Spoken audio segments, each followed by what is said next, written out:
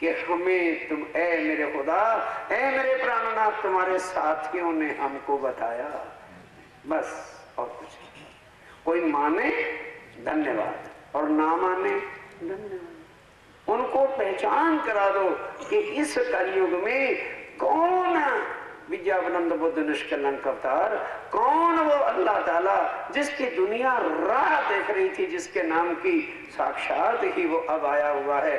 जो किन कानों ना सुनी सो आओ दीदार करो खसम। जिस खसम के लिए, जिस मालक के लिए तुमको किसी ने के शब्द भी नहीं बताया और उन्होंने देखा ही तो तुम्हें बताता कौन? वो स्वयं खुदा, स्वयं खसम, स्वयं मेरा प्राणनाथ आया है, आके दीदार करो। केवल उनको अब वो दीदार कर नहीं पाएंगे। क्यों? आड़े कौन है? उनके पहाड़। कौन पहाड़? पीर महाराज श्री अनंत श्री विभूषण। वो इतनी उन पर कृपा करते रहेंगे कि उनको अपने से आगे जाने ही नहीं देंगे, यहीं पर ही उनको मारेंगे। लिखे आए हम पर। हाँ, फिर ध्यान देना, अब वो मुंह में लिख रहे। एक एक चौपाई के अंदर अर्थ आता है कि स्वामी जी हमने लिखे थे और हमारे पर उनकी, जब तुमने चिट्ठी लिख दी, देखो ध्यान के साथ, स्वामी जी ने उनको चिट्ठी लिखी, उन्होंने स्वामी जी को उत्तर नहीं दिया। किनको लिखा? लालदास जी वगैरह को। जाओ रे लालदास, सत्यानाश हो गया तुम्हारा, तुम भी प्राणनाथ जी को छोड़ के आ जाते, दुनिया में मुसलमान बन के रह गए हो, तुम्हारा नरक में जाने का साधन है क्या? कौन? पंडित लोग। और लालदास जी अब कह रहे हैं कि स्वामी जी आपने जो लिखा था तो उन्होंने हमें फिर उल्टा चिट्ठियां लिखी हैं और ये बातें कही हैं हंसा कुमार बाई की। ध्यान देना, एक एक शब्द में कहीं मुमनों की बात होगी, कहीं काजी की बात होगी, कहीं स्वामी जी की बात होगी, कहीं औरंगजेब की बात होगी। ये है पुर्जी में पुर्जी। बातें छोटी है लेकिन सब चिट्ठियों का निचोड़ जो खास खास है ये 55 चौपाई में है। बात का किया विचार। अब स्वामी जी कहते हैं, देखो बात बदली, उधर मोहम्मद ने कही, अब फिर स्वामी जी कहते हैं कि मैंने, कई बड़े हैं ना भागवतु, वो कहते रहते वाणी में तो कहीं शाह कुमार का नाम ही नहीं लिखा है, तुम ही बताते हो रतनपुरी आश्रम वाले, और ये कौन लिख गया था? स्वामी जी कहते हैं कि मैंने शाह कुमार बाई के बारे में देखा है, अभी ढील है इस बीच में, अभी नहीं जागेगी और छोड़ के भी नहीं आना। क्यों ढील है? क्योंकि जिस दिन शाह कुमार जाग जाएगा उस समय दुनिया खत्म, आखिरी लीला है। इस वास्ते वो समय नहीं है अभी, इस वास्ते चिंता ना करना, जागेगी आखिरत में, लेकिन अभी नहीं, अभी ये काम ढील है, इस देरी है, अभी ये जगना नहीं है। ये तो भी बहुत बड़ी, क्योंकि ये बहुत खास भेद की बात है, इसकी बहुत बड़ी सहबी है। क्यों?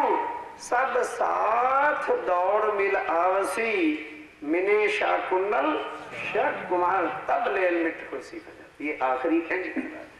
जिस समय ये बात होनी शुरू हो जाए तब समझ लेना अब घर चलने का टाइम है। इसलिए स्वामी जी कहते हैं ये बहुत बड़ी बात है, और ये नहीं कि उनको जगाना क्या मुश्किल है, लेकिन अभी ढील है, इसलिए जो है मैंने देखा है, सब कुछ विचारा है। घूना घूम नहीं शुमार।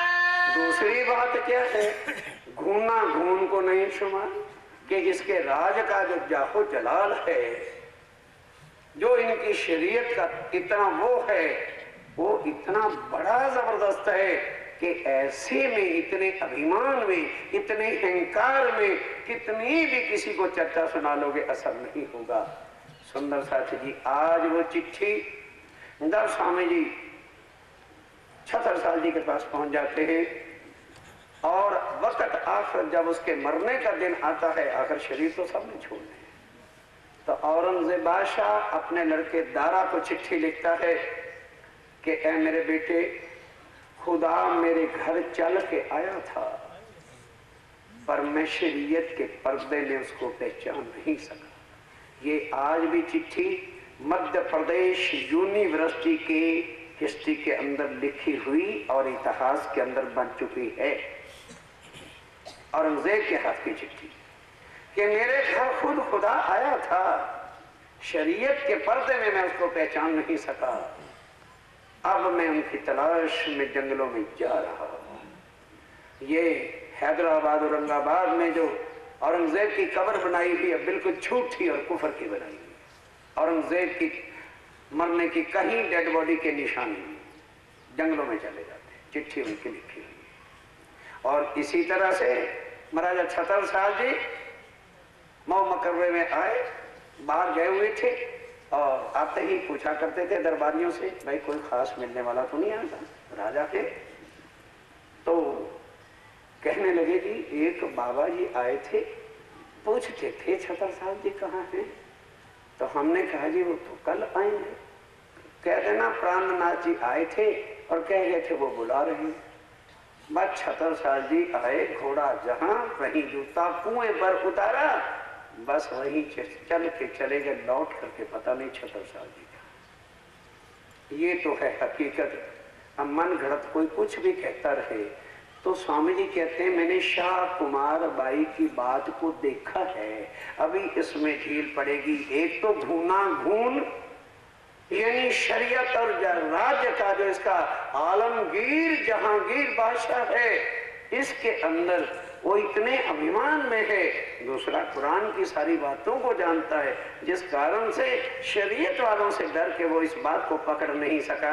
इस वास्ते अपन को जात भेष उपले। इस वास्ते जो है सुंदर साहब जी, हमें कभी भी जाति पाति ऊपर के भेष इनको देखना नहीं चाहिए। सब गोविंद भेड़े की तुमको, और ये तो सारा गोविंद भेड़ा है और ये सब पहचान अब तुमको हो गई है। यहाँ हर एक इंसान क्या चाहता है, हम तो डूबे हैं सनम, तुम्हें साथ लेके। एक अगर खड्ड में जा गिरता है तो वो सोचता है मैं इन सारों को खड्ड में क्यों ना डालूं, मेरे अकेले का क्यों बेड़ा का रखो। ये है गोविंद भेड़ा। और वो सारी बात सबने सुन भी रखी है और टीके में तो पूज्य महाराज श्री जी ने खुलासा ही करवा के लिखा दिया था। एक गोविंद भाई पटेल किसी गांव का, ये हकीकत है, सतगुरु देवचंद जी महाराज इस प्रसंग को कई बार बताया करते थे चर्चा में। और वो गांव का बड़ा मुखिया था, हो उसका जाहो जलाल था सारे गांव में। अब किसी कारण से आत्महत्या उसने की और भूत प्रेत बन गया।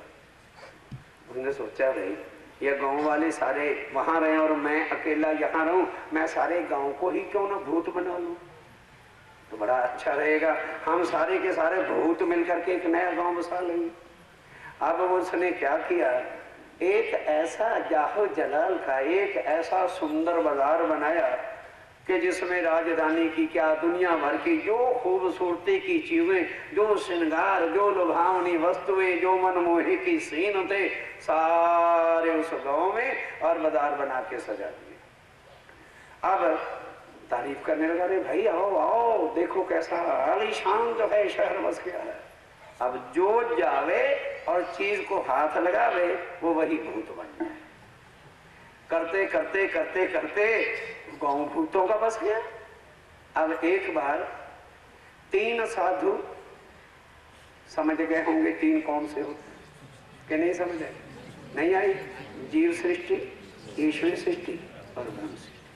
ये 3 साधु हरिद्वार के प्रसंग में कहीं जा रहे थे, तो वो शॉर्टकट पड़ता था जहां से वो भूतों का गांव बसा हुआ था। तो लोगों को अब ये बात जाहिर हो गई थी कि जो इस गांव में गया नहीं लौट के वापस आया नहीं, भूत ही बन के वहां रह जाता है। तो साधुओं को उन्होंने कहा, वो भाग्यवान महात्माओं, अगर हरिद्वार पहुंचना है तो इस रास्ते से मत जाओ, ऊपर से चले जाओ, 2 किलोमीटर का फासला है, नहीं तो तुम भी भूत बन जाओगे। तो साधुओं को तो जरा अहंकार रहता है ना अपने भगवे लिबास का, माला का, मैं गीताचार्य हूं, हमें क्या करेगा भूत प्रेत। खैर अहंकार में चल पड़े, आगे वो नगरी आ गई। अब जो तो आगे है उसको पता चल गया कि इसकी तरफ मैंने नजर भी की तो बस मैंने भूत बन जाना है।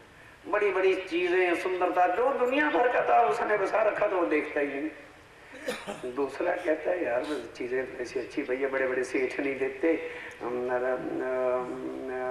जीव जू बहलावे दिल को ललचावे। फिर कहा ना ना ना, उन्होंने कहा था भूत बन जाएंगे, नहीं आगे चलना चाहिए, फिर वे अपने को संभाल ले और फिर चल दे। तीसरा कहता ओ भैया आगे आने वाली सर्दी अरे कोई रजाई उठा लो, कोई कंबल ले लो, तुम्हारा बेड़ा गर्क हो जाए, ठंड में गंगा के किनारे मरेंगे क्या। खैर वो आगे रुकते नहीं तो कहते अच्छा जब इनको ठंड लगेगी तो मैं भी निपटा लूंगा। उनके पीछे घिसटता जा रहा है पर दिल नहीं कर रहा। जब बिल्कुल अब उधर गोविंद पटेल को चिंता हो गई कि ये इतनी चीजों में मगन नहीं हो रहे, अगर ये कहीं बाहर चले गए तो मेरा सारा भेद खुल न जाए, इसलिए इनके सामने और कोई लालच की वस्तुएं डालूं। बड़ी बड़ी चीजें डाली। अब आगे बड़े बड़े रेशमी कंबल, शाल, दुशाले और दरवाजा बिल्कुल सामने। जो आगे था उसने कहा कि जिस मालिक की राह पे चले, जिसका सहारा पकड़ा है, ये अगर ये लोग कंबल दे सकते हैं तो वो मेरा मालिक कंबल भी नहीं दे सकता। पड़क से बाहर सोचा ही नहीं। और दूसरे सोचा कि भाई ये साबित निकल गया है, कहीं मैं फंस ना जाऊं। कंबल की जरूरत तो है पर चल यार देखी जाएगी। वो भी उसके सहारे से धक्का देके चला गया, नहीं तो फंसता जरूर उसके धारे से। तीसरा कहता है बड़े बन रहे हैं अपने को साधु बाबा, इनको खुदा ना देगा, खुदा इसके लिए दुकान खोल के बैठा है। कदम तो एक ही आंखें रह गया ना, कंबल उठाऊंगा पड़क से पार हो जाऊंगा। बस जैसे कंबल को डाला वही भूत बन गया। तो स्वामी जी कहते हैं सुंदर साथ, इस गोविंद भाई पटेल के इस भेड़े को तुम जानते हो कि यहाँ ऐसे ऐसे लुभावने रलियामने ये तुम्हारे रिश्तेदार, सगे संबंधी, बच्चे, परिवार, पोते, नाती, ये क्या है? ये एक भूतों का नगरी है और ये तुम्हें भूत बना के छोड़ेंगे। बना के क्या छोड़ना, हम उन भूतों से भी ज्यादा भूत बने हुए। इतनी मार पड़ने पर भी होश नहीं आती। स्वामी जी कहते हैं पर सुंदर सार, तुम्हारे ऊपर तो राज्य महाराज की मेहर है, तुम इनसे बच के चलना, कहीं यहीं भूत ना हो जाना।